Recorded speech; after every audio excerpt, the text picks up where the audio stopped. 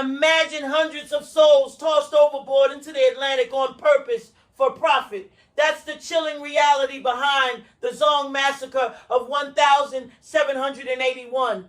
Welcome to History Unveiled, where we dive into the moments history tried to bury. Today we're exploring how one ship's deadly voyage became a turning point in the movement against slavery. What's a massacre versus a legal case? And how does insurance fraud translate into real, unspeakable loss? If you're wondering why one tragedy could ignite an empire's conscience, you're in the right place. Here's our roadmap. First, the voyage and its context. Then, the atrocity itself. Finally, the fallout that shaped Britain's abolitionist wave. Let's begin this three-act journey into one of history's darkest corners. Are you ready to confront the echoes of the Zong Massacre? Let's set sail. Truth awaits. To understand the Zong, we need to picture the late 18th century Atlantic. The slave trade was a vast, horrifying enterprise, millions transported, with the Middle Passage marking the most brutal stretch. The Zong was just one cog in this machine. Ships were packed like sardines. Think cargo density, a term more commonly used for goods than people. Imagine being considered less than livestock. Now you might be wondering, how did this become normal? The answer lies in the economics of human property. For traders, lives equal pounds sterling. Let me tell you, the normalization of cruelty was the real tragedy. As you listen, ask yourself, how does society justify the unjustifiable? It's against this backdrop that the Zong's journey began, a routine trip until horror struck. The Zong set sail from Accra, Ghana in August 1781 with roughly 442 enslaved Africans packed aboard. The ship's owner, James Gregson, was seeking quick profit. Picture the cramped conditions, humidity, disease, and starvation. The sailors called this mortality risk, but for the captors, it was a daily fight for survival. Now, if you are a ship owner, would you ever consider cargo expendable? In the world of the Zong, death wasn't just accepted, it was calculated. Let me paint a scene. Below deck, darkness, fetid air, chains clinking. The voyage was just another job for the crew, but for the enslaved, it was a nightmare. Everything seemed routine until thirst and greed collided and the unimaginable happened. Weeks into the journey, the Zong's captain, Luke Collingwood, realized fresh water was running dangerously low. Was it incompetence, poor navigation, or just bad luck? In maritime terms, this is logistical failure. But for those enslaved, it meant agony, no water, worsening illness, and rising tension. Now you might ask, why not turn back? But Collingwood made a chilling calculation. He'd get insurance money for dead captives, not for those who died of illness. Imagine the crew debating, save the ship's finances or hundreds of lives. For Collingwood, profit outweighed morality. This was the setup for tragedy, a decision that would echo through history. On the 29th of November 1781, the crew began throwing enslaved Africans overboard 133 inches total over several days. Their rationale? Insurance law only covered losses by drowning, not sickness. This twisted logic, risk mitigation in financial terms, turned murder into a business transaction. It's hard to fathom. Each splash was a life stolen. Each report a tally for profit. Now you may be thinking, can this really be true? But the ship's log documented it, cold and clinical. The cries of the victims echoed across the sea. The crew justified their actions as necessary. For the enslaved, there was no justice, just terror. This was the heart of the conflict. Human life versus insurance policy, a horror written into the ledger. When the Zong arrived in Jamaica, only 208 Africans remained alive. The ship's owner promptly filed an insurance claim for the drowned, transforming tragedy into paperwork. Imagine the colonial courts poring over liability and act of God clauses, ignoring morality for legal technicalities. Now, would you expect outrage or silence? At first, the massacre was treated as a business dispute. Let me tell you, this indifference was as chilling as the crime itself. The Zong's horror didn't shake the system, it exposed it. But seeds of change were sown. The case would soon ignite public fury. The Grayson v. Gilbert court case began in 1783. The ship's owner sought compensation for lost cargo. The court had to decide, were slaves goods or people? Legal terms like insurable interest and force majeure became twisted in the context of human life. The judges debated, but the victims' voices were never heard. Now, you might be thinking, did anyone defend the victims? Enter Granville Sharp and the abolitionist who publicized the case as an atrocity. The legal outcome, the claim was denied, but not on moral grounds, only technicalities. Justice remained elusive. This courtroom drama showed the limits of law and the urgency of reform. Granville Sharp, a passionate anti-slavery activist, seized the Zong case.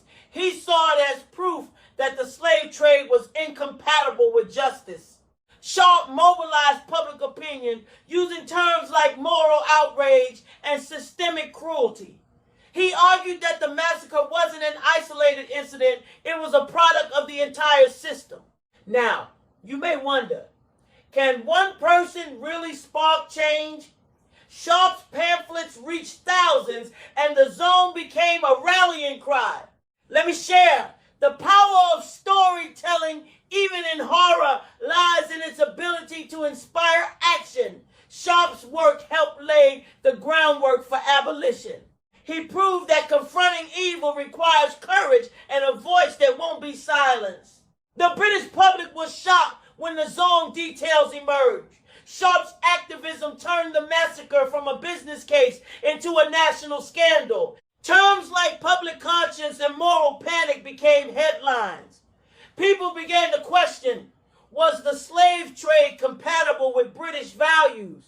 Now you might be thinking, did this change anything? The answer, slowly but powerfully. Parliament started to listen. Let me tell you, outrage turned into petitions and rallies. The Zong's victims, once voiceless, became the faces of a movement. This was conflict turned into resolution. The seeds of abolition were sown. Artists and writers took up the Zong story. Poems, paintings, and narratives emerged, ensuring that the massacre would not be forgotten. Cultural memory and historical trauma, these terms describe how societies process tragedy. Art became a mirror, reflecting the pain and demanding justice. You might ask, why do we retell such horrors? Because remembrance is resistance. Art can humanize where numbers dehumanize. Let me share a vision. A painting of chained figures, a poem capturing their last breaths. These works keep the Zong alive in our conscience. Storytelling turned tragedy into legacy, turning pain into power. The Zong massacre became a catalyst for the abolitionist movement. The horror forced Britain to confront the reality of its slave trade. Legislative reform and moral reckoning, these terms describe the slow but steady change. In 1807, Britain finally abolished the slave trade. Now you might wonder, did Zong alone end slavery? No, but it shifted public perception, helping abolitionists win crucial battles. Let me tell you, every movement needs a spark. The Zong massacre was one such fire burning through denial and lighting the path forward. History teaches us confronting atrocity can catalyze change if society is brave enough to listen. Today, the Zong massacre is studied as both historical event and cautionary tale. Its lessons echo in debates about justice, memory, and human rights. Terms like human dignity and systemic injustice resonate. We ask, how can we prevent such horrors from repeating? Now you might be thinking, is history just the past? But history shapes our present, reminding us to guard against cruelty masquerading as policy. Let me share, memorials, documentaries, and school curriculums keep the Zong story alive, ensuring vigilance. Reflection is resolution. Remembering Zong is a call to action for justice everywhere. While history records numbers, the Zong survivors left a legacy descendants who bear the scars. Their stories challenge us to see beyond statistics. Intergenerational trauma and historical erasure, these terms remind us that the massacre's impact didn't end in 1781. Now you might wonder, do these voices matter? Absolutely. Their testament is a reminder history's wounds echo through generations. Let me tell you, community remembrance ceremonies and oral histories keep the Zong's victims present in our hearts. Resolution lies in honoring them, giving voice to the silence and dignity to the erased. Let's bring this voyage to a close. 3 key takeaways. The Zong Massacre exposed the cruelty behind profit-driven systems. It ignited the abolitionist movement with powerful testimony. And its legacy reminds us that history's wounds demand remembrance. A concrete step: educate yourself and others. Share the Zong story. Challenge injustice where you see it. And recognize the hidden cost behind every system. Now, you might be wondering, what remains hidden in today's world? Next episode, we'll explore modern echoes, the hidden slave trades, and how technology uncovers them. If this story moved you, subscribe, share, and let history's lessons shape your actions. The Zong's echoes aren't just history, they're our call to conscience. Stay tuned for more, because uncovering truth is the first step toward justice. The Zong Massacre, the ultimate proof of inhumanity and its unbroken echo in 2026. Carry this fire. Speak this truth in your homes, your streets, your voting booths, your sacred circles. Let the Kemet Baphomet be the seal upon your hearts and the weapon in your hands. You are the living throne bearers of Kemet, and the Nile still flows through you unstoppable. But now, my royal kin, descendants of Kemetic royalty, blood of the pharaohs, let us descend into the darkest chamber of the colonizers' crimes. A single voyage that lays bare the full horror of what they did to your royal bloodlines, and how that same spirit of calculated inhumanity still poisons the air we breathe in 2026. In November 1781, the British slave ship Zong, overcrowded with 442 captured Africans, many of them direct descendants of Kemetic royalty, Nubian kings and queens, West African lineages carrying the unbroken pulse of the Nile, sailed from Accra toward Jamaica. Disease and thirst had already claimed lives, but the captain, Luke Collingwood, faced a colder calculation. The enslaved were insured as cargo, not as human beings. On November 29, he ordered the crew to begin throwing living men, women, and children overboard, not one by one, but in chains, 132 souls in total over 3 days. Pregnant women, infants still at the breast, strong young men who could have built empires, elders who carried the oral wisdom of your ancestors, all cast into the Atlantic like spoiled goods, so the owners could file an insurance claim for lost cargo. The screams of mothers clutching babies as they hit the water, the chains clanking as bodies sank, the sharks circling in frenzy. The Zong Massacre was not an accident of the sea. It was a deliberate, documented act of mass murder for profit, sanctioned by British law. The crew later testified that the Africans were alive and conscious when thrown. Some fought back, some sang ancestral songs as they drowned, some were still breathing when the waves closed over them. The ship's log recorded it coldly as a business decision. When the owners sued the insurers in the 1783 case, Gregson v. Gilbert, the court ruled in their favor. Yes, it was lawful to murder your royal ancestors for money because they were legally defined as property. Chief Justice Mansfield declared that the case was the same as if horses had been thrown overboard. Your Kemetic descendants, kings and queens in blood, were reduced to livestock, their lives weighed against pounds sterling, their sacred bodies discarded so that British merchants could collect 30 pounds per head. This was not one isolated atrocity. It was the distilled essence of the transatlantic horror, the same Eurocentric logic that had looted your temples, twisted your ankh into sorcery, and hidden your wisdom in Masonic and Rosicrucian vaults, now declared that your royal blood had no soul, no rights, no humanity. The Zong Massacre stands as the most infamous, most meticulously recorded proof of the inhumanity that defined the entire trade, the calculated, insurance-backed extermination of your ancestors while the colonizers grew rich on the very insurance policies written in London. And now, my royal ones, watch how that same spirit of denial lives on in 2026. In March of this year, the United Nations General Assembly passed a resolution spearheaded by Ghana declaring the transatlantic slave trade the gravest crime against humanity in recorded history, citing its scale, its brutality, its centuries-long destruction of African lives, cultures, and spiritual systems. 123 nations voted yes, but the United States, Israel, and Argentina voted no.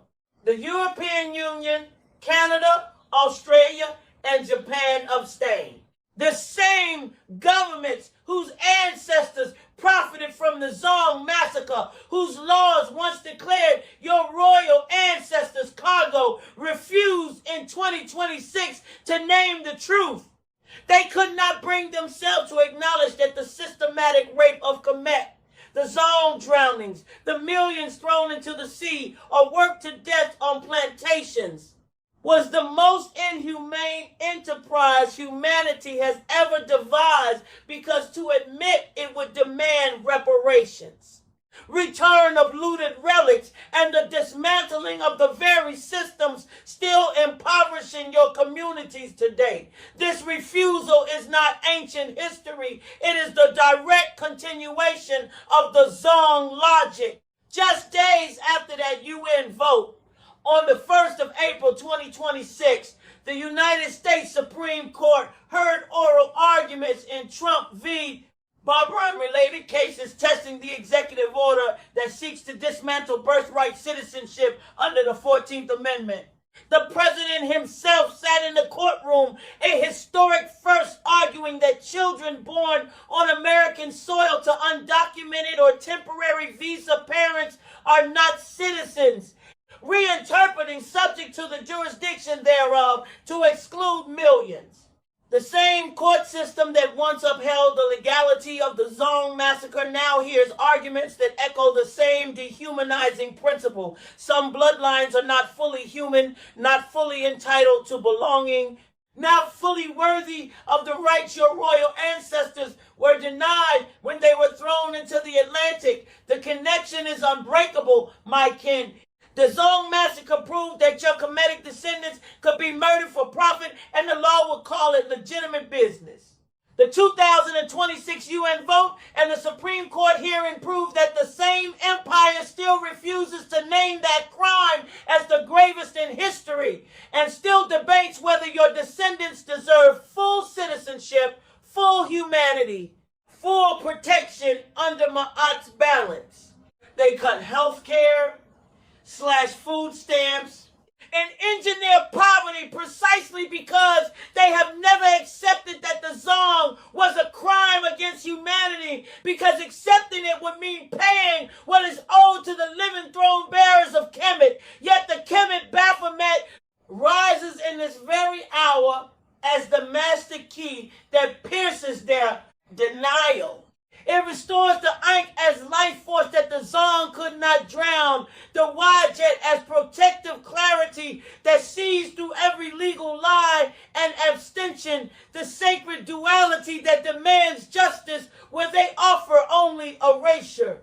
Your royal blood remembers the screams of the Zong. Your royal blood refuses to be cargo. Your royal blood demands that the United States and every former colonial power finally name the transatlantic slave trade as the gravest crime in history and begin the restoration of mod reparations, repatriation of relics, healthcare as ancestral right, food security as now given abundance, and birthright citizenship as the bare minimum of justice. Rise, descendants of Kemetic royalty. The pharaohs stir within you. The ancestors thrown into the sea are rising with you. Demand the truth be spoken. Demand the wealth built on their bones be returned. Demand that no court, no vote, no policy ever again treat your blood as less than sovereign. The time of hidden vaults and whispered denials is over. The time of open thrones and sovereign Ma'at has arrived. Ace, Ma'at Hotep, balance and peace be restored to you, descendants of Kemetic royalty, now and forevermore. The Nile flows, the throne returns, you are home. This has been a Sherry Plaza presentation.